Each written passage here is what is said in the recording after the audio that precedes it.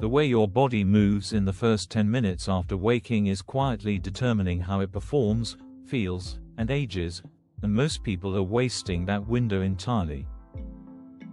Don't forget to subscribe, comment and share to others to benefit. There is a specific physical state the body enters during sleep. Joints lose a portion of their synovial fluid distribution as movement ceases. Connective tissue stiffens slightly as circulation slows. The nervous system withdraws from the movement patterns it uses during waking hours, and the muscles that maintain postural alignment relax into whatever position the body holds through the night. None of this is problematic. It is biology functioning exactly as intended. The problem is what happens, or more accurately, what does not happen, in the transition from that state back into full daily function. Most people move from bed to chair to car to desk without providing the body any meaningful opportunity to reverse the overnight stillness before demanding full performance from it. The joints that stiffen during sleep are never asked to move through their complete range. The connective tissue that lost its hydration during the night is never given the dynamic loading that redistributes synovial fluid back through joint surfaces. The movement patterns the nervous system suspended during sleep are never deliberately reactivated before being called upon throughout the day. The cumulative consequence of this, practiced daily for months and years, is a body that begins each day operating significantly below its physical potential, adapts to that reduced baseline as normal, and gradually loses access to ranges of motion and movement qualities it was fully capable of maintaining with 10 minutes of consistent morning attention. Morning mobility work is the intervention that reverses this. And what it produces, across weeks and months of daily practice, extends far beyond flexibility. What mobility actually is and why it differs from stretching. The distinction between mobility and flexibility is one of the most important and least understood in physical training, and getting it wrong produces a morning routine that feels productive but accomplishes substantially less than it should. Flexibility is passive range of motion.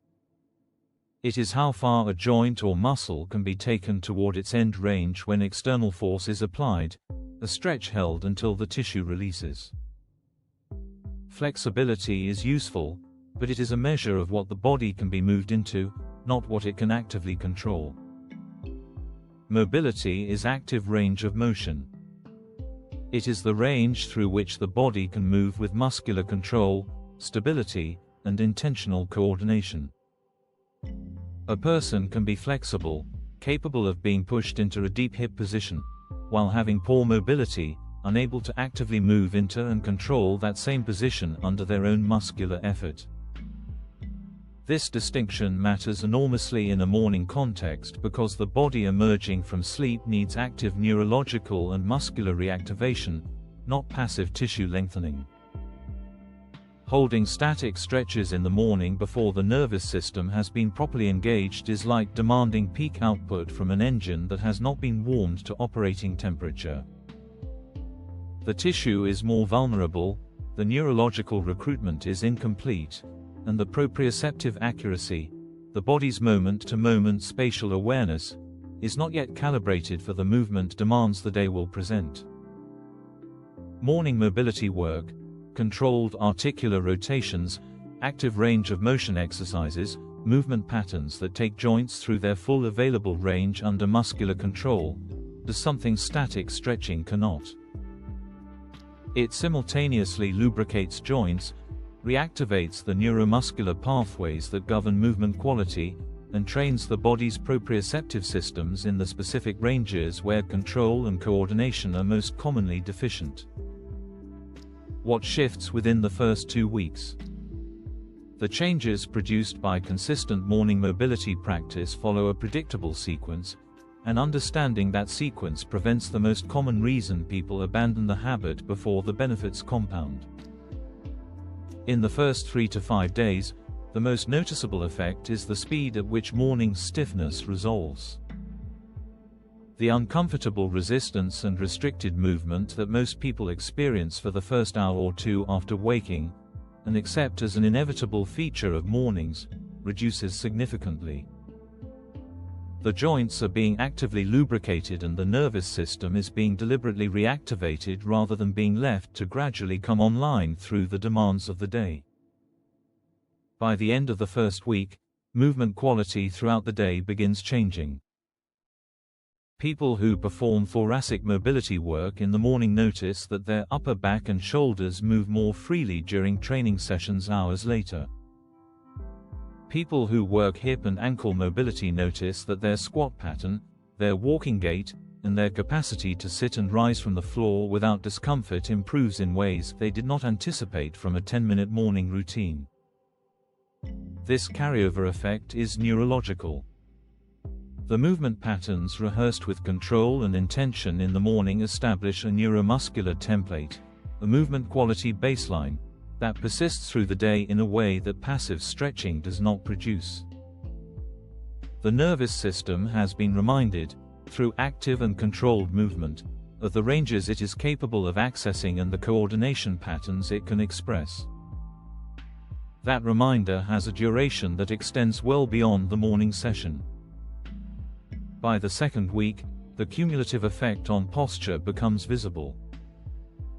The thoracic extension work reduces the forward rounding that accumulates from desk posture. The hip mobility work reduces the anterior tilt that chronic sitting produces. The shoulder and neck rotations restore range in the directions most consistently restricted by screen-forward head positions. None of this requires conscious postural correction throughout the day. The structural restoration of available range makes better posture the path of least resistance rather than an effortful override of a restricted system. The long-term consequence most people never consider. There is a concept in movement science called the use it or lose it principle of joint range, the observation that ranges of motion not regularly accessed and actively controlled are progressively lost as the nervous system deprioritizes the neural pathways associated with them and the connective tissue adapts toward the ranges habitually used.